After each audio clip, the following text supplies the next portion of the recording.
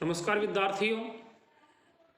पृथ्वी की उत्पत्ति की द्वितारक परिकल्पनाओं की श्रृंखला में आज हम बात करेंगे रसेल की द्वितारक परिकल्पना। देखो, जो रसेल महोदय हैं, इन्होंने युग्म तारा परिकल्पना का प्रतिपादन किया।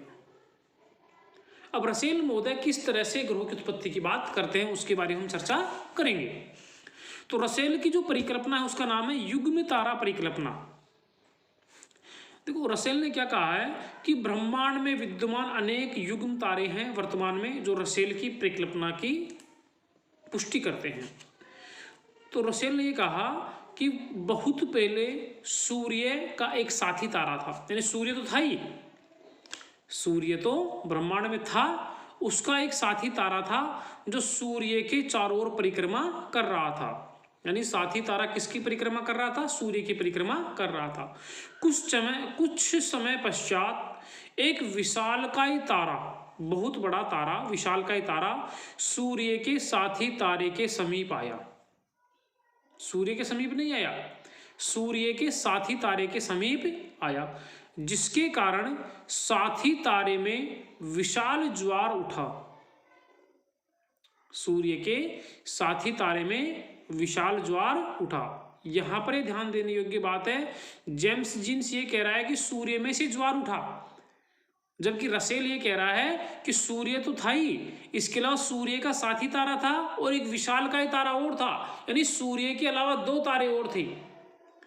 तो जब दूसरा विशालकाय तारा आया तो विशालकाय तारे की आकर्षण शक्ति के कारण साथी तारे में से ज्वार उठा, सूर्य में से ज्वार नहीं उठा। रसेल की मान्यता थी कि ज्वार उठने के लिए सूर्य के साथी तारे तथा यात्री तारे के मध्य लगभग 45 से 65 लाख किलोमीटर की दूरी रही होगी। यानी जो सूर्य का साथी तारा था और जो विशाल तारा था उनके मध्य लगभग 45 लाख से 65 लाख किलोमीटर की दूरी रही होगी। साथी तारे से उठा हुआ ज्वारीय पदार्थ सूर्य के गुरुत्वाकर्षण में आकर उसकी परिक्रमा करने लगा।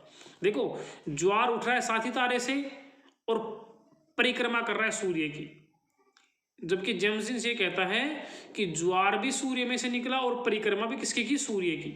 जबकि रसेल कह रहा है कि ज्वार निकला साथी तारे में से और परिक्रमा कर रहा है सूर्य की। तो जो ज्वारीय निःसृत ज्वारीय पदार्थ जो साथी तारे में से निकला वह सूर्य के गुरुत्वाकर्षण में आकर उसकी परिक्रमा करने लगा। इस पदार्थ की जो ज्वारीय पदार्थ है, इस पदार्थ के घनीभवन से ही ग्रह बने। इन ग्रहों के पारस्परिक गुरुत्वाकर्षण के कारण ग्रहों से पदार्थ निकलकर उनके उपग्रह बन गए।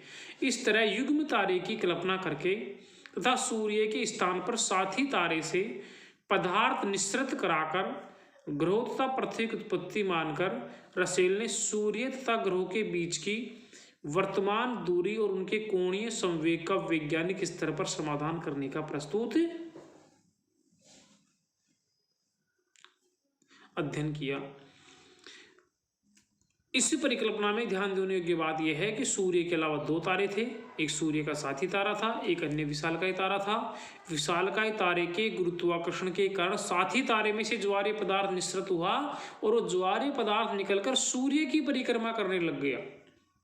बाद में उसी से घनीभवन होने से उस ज्वारीय पदार्थ से आपके ग्रह और उपग्रह बने और बड़े ग्रहों से उपग्रह बने। इसकी आलोचना रसेल ने साथी तारे से निकले पदार्थों से ग्रहों की उत्पत्ति की कल्पना की थी, किंतु इसका स्पष्टीकरण नहीं दिया कि सूर्य के साथी तारे के अवशिष्ट भाग का क्या हुआ, कि साथी तारे में से आपके ज्वारीय पदार्थ निकला तो जो साथी तारा जो बचा भाग है उसका क्या हुआ, अवशिष्ट भाग का क्या हुआ, इसके बारे में कुछ नहीं बताया। अन्य आलोचनाओं में इन्होंने यह भी नहीं बताया कि विशालकाय तारे के अपने पथ पर आने जाने पर सभी ग्रह सूर्य की परिक्रमा क्यों करने लग गई। यानी कि ग्रह जो विशालकाय तारा था उसका गुरुत्वाकर्षण ज्यादा था तो सूर्य की परिक्रमा क्यों करने लगे, वो तो उसकी करने चाहिए थी। तो इस तरह से इसकी आलोचनाएं हैं।